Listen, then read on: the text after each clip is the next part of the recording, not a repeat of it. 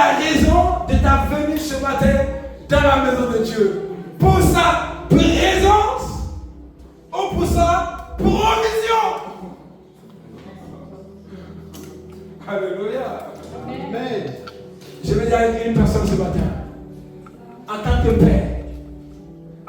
père, quand vous voyez l'enfant qui vient pour la présence, est-ce que vous ne lui donnerez pas comment? De la provision naturellement. Mais vous allez lui donner naturellement de la provision. Même au-delà de ce que vous n'avez pas demandé. Vous avez envie de faire quoi? Vous avez envie de le gâter, comme on le dit. Alléluia. Vous avez envie de le chérir. Alléluia. Vous avez envie de lui faire du bien. Mais celui qui demande, il arrive encore. Il arrive encore. Je veux l'argent. Il arrive encore. Vous savez, il y a ceux qui viennent dans la maison de Dieu parce qu'ils aiment le Seigneur. Et il y a ceux qui viennent parce qu'ils veulent pour ce que Dieu va leur donner. C'est tout. Mais en réalité, quoi, ils ne l'aiment pas du tout. Ils ne l'aiment pas du tout. Mais je veux te dire ce matin, Dieu aime visiter ceux qui l'aiment. Alléluia. Amen. Tu aimeras ton Seigneur, ton Père, de tout ton cœur, de toute ton âme et de tout ton esprit. Amen.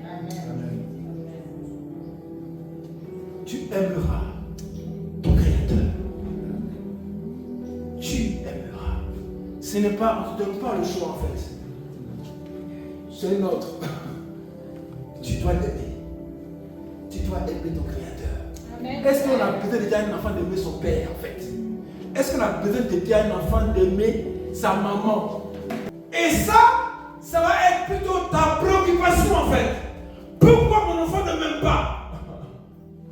Plutôt que je vais lui donner ce qu'il a besoin. Qu'est-ce qui fait que mon enfant ne m'aime pas? Est-ce que je ne lui donne pas cet amour? Est-ce que je ne suis pas assez présent pour lui? Est-ce que je peux te poser mille questions en fait? Mais ce n'est pas en fait le donner, le gâter qui va faire que il y a des personnes qui pensent qu'en gâtant les gens, en les donnant, ils vont t'aimer. L'amour ne s'achète pas en fait. C'est que quelqu'un me suit? L'amour ne s'achète pas. L'amour,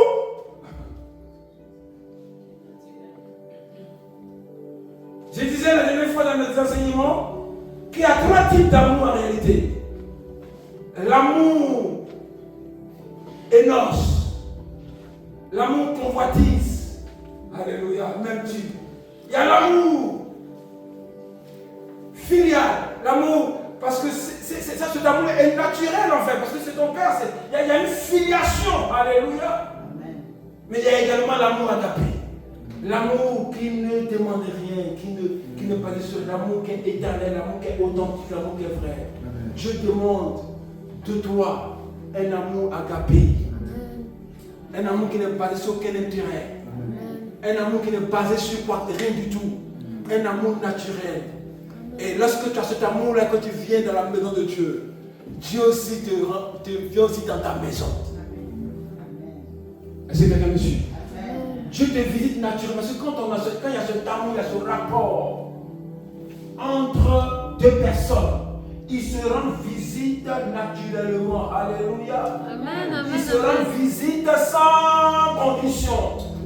Il n'y a pas besoin de condition pour se rendre visite. L'autre a tes clés, l'autre a tes clés. Alléluia. C'est comme quand si tu as une femme, le rapport qui est entre l'amour qui est entre toi. Si c'est un amour énoce, si c'est un amour énoce, ça veut dire que tu l'as aimé pour ses cheveux ou tu l'as aimé pour quelque chose. Le jour où il n'y a plus ça, c'est fini. Alléluia. Un amour de convoitise. Le jour où il n'y a pas ça, tu as marié le monsieur, tu as fait les cheveux, il n'y a plus les cheveux, le monsieur tu fais quoi avec lui? Alléluia. Parce qu'avec l'âge, les cheveux partent aussi. Amen. Oui, il y a les cheveux qui partent. Oui, comment? Maintenant tu l'as aimé pour ses cheveux, il n'y a plus de cheveux, on fait comment? Alléluia. Oui. Maintenant l'amour filial, c'est-à-dire on fait les choses non comme il y a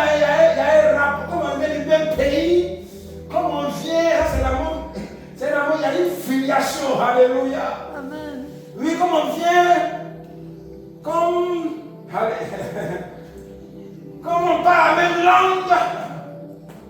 Quand un Français va quelque part, et si tu vas dans un pays, amen, dans un pays, et puis tu vois un Français, dans un hôtel à la réception, tu vas tout de suite, tu vas voir comment de la filiation, alléluia. Tu vas aller naturellement vers lui, tu vas dire oui, tu vas lui expliquer, alléluia, quand il parle espagnol, il va avoir la filiation automatique, là, il commence à parler, tu vas laisser les autres, alléluia.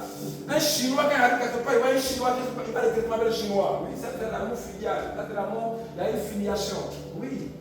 Ça c'est, maintenant, ça, ce type d'amour-là, c'est pour ça que le Seigneur pose la question il pose la question à Pierre, même-tu 3 fois? Est-ce que tu m'aimes de l'amour énorme ou tu m'aimes de l'amour filial ou tu m'aimes de l'amour agapé? De quel amour m'aimes-tu? De quel amour aimes-tu ton Père qui est dans les cieux?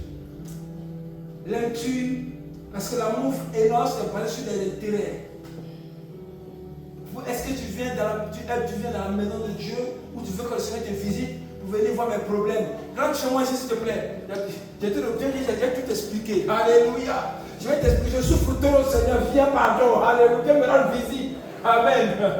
Oui, on le voit souvent quand il y a des hommes importants, des hommes d'État qui vont dans les villes, il y en a qui viennent comme ça. Viens chez moi, pardon, viens chez moi, pardon, viens chez moi. Viens t'asseoir chez moi. En réalité, quand il a besoin de venir chez moi, c'est pas parce qu'il veut visiter comme ça. Parce qu'il veut quelque chose derrière.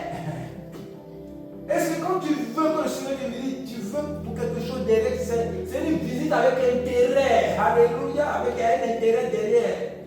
Et c'est ce qui fait qu'aujourd'hui, il y a beaucoup de personnes qui viennent dans la maison de Dieu, pas pour Dieu lui-même, mais pour ce que Dieu peut leur donner, pour ce que Dieu peut leur apporter.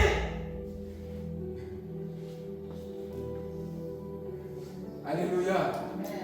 Mais ils n'ont pas compris que lorsqu'on vient vers le Seigneur pour sa présence, pour ce qu'il est pour nous, vous savez, il donne même au-delà de ce que vous pensez. Il dit, cherchez d'abord le royaume des cieux et sa justice. Aimez-moi, aime ton Seigneur, tu verras toutes ces choses-là, il te donnera au-delà en fait. Ça c'est un principe très important. Tu l'appelleras Zacharie. Zacharie en réalité veut dire quoi? Zacharie veut dire quoi? Zacharie veut dire, le Seigneur comment? S'est souvenu de moi. Zacharie, le Seigneur s'est souvenu de moi. Il a servi pendant des années. Il a servi Dieu pendant des années. Mais un jour, Dieu s'est souvenu de lui. Dieu lui a rendu visite.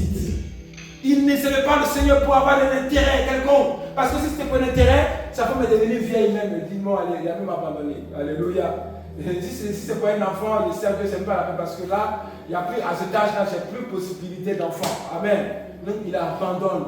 Quand vous venez à cause de quelque chose, ou bien vous avez une relation qui est basée sur le énos, qui est basée sur un intérêt quelconque, quand vous patientez,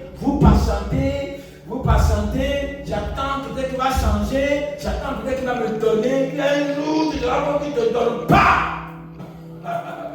Tu dis, écoute, j'ai trop attendu, je n'ai rien eu dans ce mariage, je m'en vais. Quelle est l'attitude que tu as en venant vers le Seigneur? Regarde un peu. Jean veut dire quoi?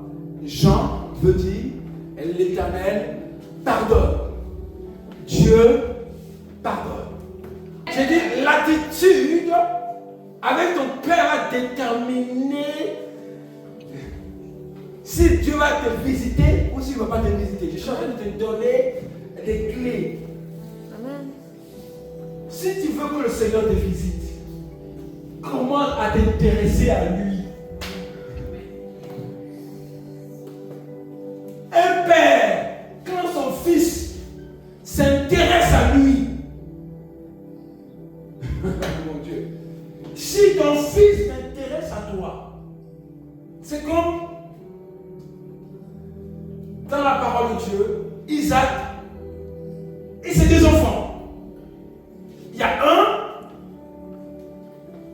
qui a fait les choses pour avoir de la bénédiction. bénédiction.